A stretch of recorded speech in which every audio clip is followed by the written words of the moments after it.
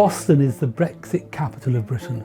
We had the highest leave vote in the country. If we left the EU, we'd have £10 billion more to spend every year on our priorities at the very least. I think a lot of the promises that were made to those people have not come to fruition. The UK has voted to leave the European Union. There is a shortage of field workers and a shortage of people to work in the factories that process those foods.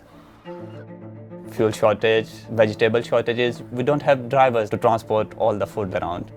Everybody is struggling, like every business. Brexit has failed. Brexit has failed in the hands of 5 prime ministers. If there was a leave vote today, the vote would be to remain.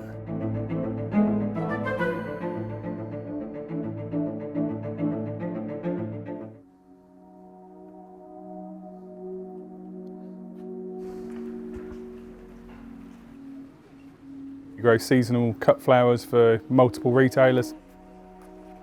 In the years preceding 2016, we'd increasingly been doing a lot of business with Europe.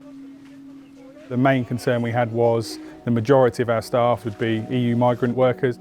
Since Brexit, we haven't had the flow of new people coming into the business. There isn't a pool of local labour available for us to call on. Crops have been wasted, or they just haven't been able to harvest the crop when it was ready, and it spoiled in the field. I have lived in Boston since the big 2002. I'm a district councillor. Boston is one of the poorest parts of the country. So the majority of people in Boston voted to leave the EU. That was because Boston had been hurt by a rapid influx of new workers coming in from Europe to harvest the crops we grow. And Europe was blamed for this. It was an easy target.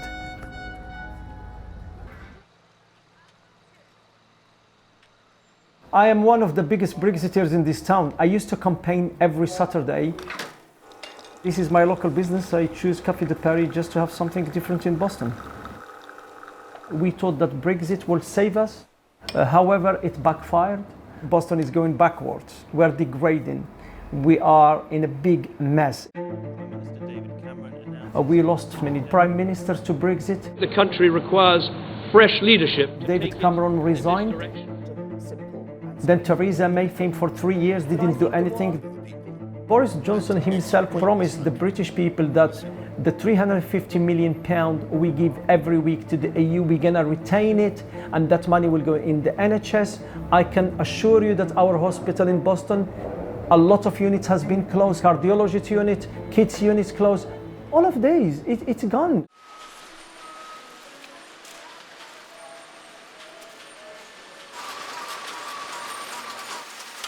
We've increased the number of machines, the amount of automation we're using to try and reduce our reliability on manual labour, to try and produce more with the same number of people. These machines use quite a lot of electricity, and the cost of electricity has obviously gone up 4 or 5-fold versus last year, so we're having to pass that on to the retail customers. Food inflation. Food, it's not a luxury, but people are paying like more than the double prices. So if people are struggling to meet their needs, they can't buy phones.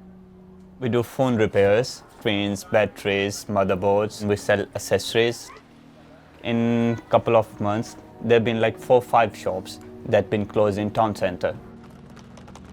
Every day we are just discussing with my partner, what we're gonna do, like what can we do to make sales better. The truth is, if you want to buy a cauliflower for 60p, I'm not going to pick it. We need sort of fit young people who didn't grow up here to come and work here for a while on our fields. Rejoining the EU would be, from a business point of view, the ultimate, but I can't see that happening. I think it's a very difficult thing from a political point of view. I have people actually coming to me, telling me, next elections, I'm not going to vote. I don't have faith anymore in politicians. We have lost a seat at the table. We lost all that influence. We lost all that market. It's just lunacy not being a member.